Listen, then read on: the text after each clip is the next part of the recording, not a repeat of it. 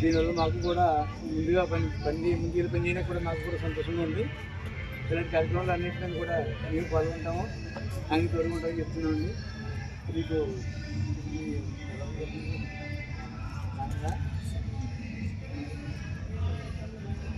అన్ని ఇబ్బందులు ఇంకేమైనా ఇబ్బందులు చెప్పండి. సాటర్డే ఇబ్బంది లేదు, కొంచెం ఎదురు తీసుకుందా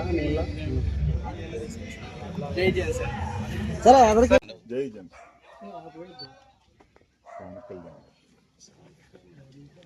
మీరు ఆయనకి భగవంతుడు ప్రార్థించాలి, ఆయురారోగ్యాలు బాగోవాలి. ఆయన చల్లగా ఉంటే పిఠాపురం నియోజకవర్గమే కాదు మన దేశం అంతా కూడా చల్లగా ఉంటుంది. మీరు చల్లగా ఉండాలా, నా కూడా తిరగడానికి మీరు చల్లగా ఉంటారా, ఆ దేవుడు చల్లగా ఉండాలా. సార్ మమ్మల్ని చల్లగా ఉండేవారు. అవునండి అయ్యా. ఈ రోజున పిఠాపురం నియోజకవర్గంలో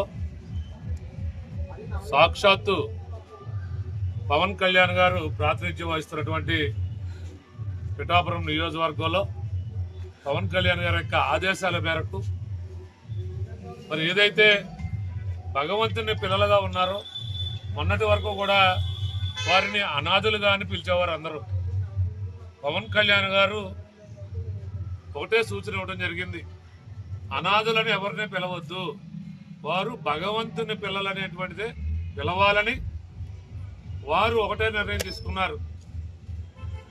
వారు ఎమ్మెల్యేగా ఎన్నికైన తర్వాత వచ్చేటువంటి జీతం ఏదైతే ఉందో 2,10,000 రూపాయలని మరి ప్రతి నెల కూడా ఆ భగవంతుని పిల్లల యొక్క జీవితాలు బాగుపడాలి, వారికి తల్లిదండ్రులు లేరు, వారు ముసలివారైనటువంటి వారి నాయనమ్మల దగ్గర లేకపోతే వారి పెద్దమ్మల దగ్గర వారి బంధువుల దగ్గర వారు ఆశ్రయం పొందుతూ ఉన్నారు.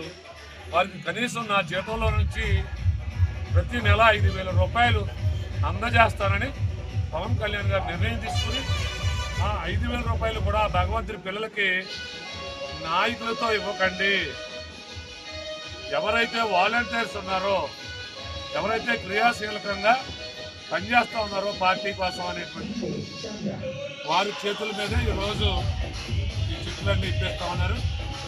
మరి ఈరోజు మరి జిల్లా అధ్యక్షులుగా ఉన్నటువంటి నన్ను పంపించి వాలంటీర్స్తోనే ఇప్పించాలని ఇక్కడ దొరబాబు గారు కానీ ఇక్కడ నాయకులు సునీల్ కుమార్ గారు కానీ ఇక్కడ అందరూ ఉన్న మేమందరూ ఎవరున్నప్పటికీ పవన్ కళ్యాణ్ గారి యొక్క ఆదేశాల మేరకే ఈ భగవంతుని పిల్లలకి ఈ ప్రతి నెల 5,000 రూపాయలు అందించడం జరుగుతుందని. అలాగే మరొక విషయం, ఈరోజు సీఎం రిలీఫ్ ఫండ్ మరి 38 చెక్కులు ఈరోజు పిఠాపురం నియోజకవర్గంలో ఉన్నటువంటి ఎవరైతే మరి అనారోగ్యానికి గురవి ప్రభుత్వ సహాయాన్ని కోరుకుంటూ ఉన్నారో దాంట్లో భాగంగా ఈరోజు పవన్ కళ్యాణ్ గారి యొక్క ఆదేశాల మేరకు ఏదైతే ప్రభుత్వం ఇచ్చేటువంటి సొమ్ము ఏదైతే ఉందో దాన్ని ఈరోజు ఇక్కడ మా జనసేన పార్టీ క్రియాశీలక వాలంటీర్ల ద్వారా మేమందరం కూడా ఈరోజు పంపిణీ చేయండి.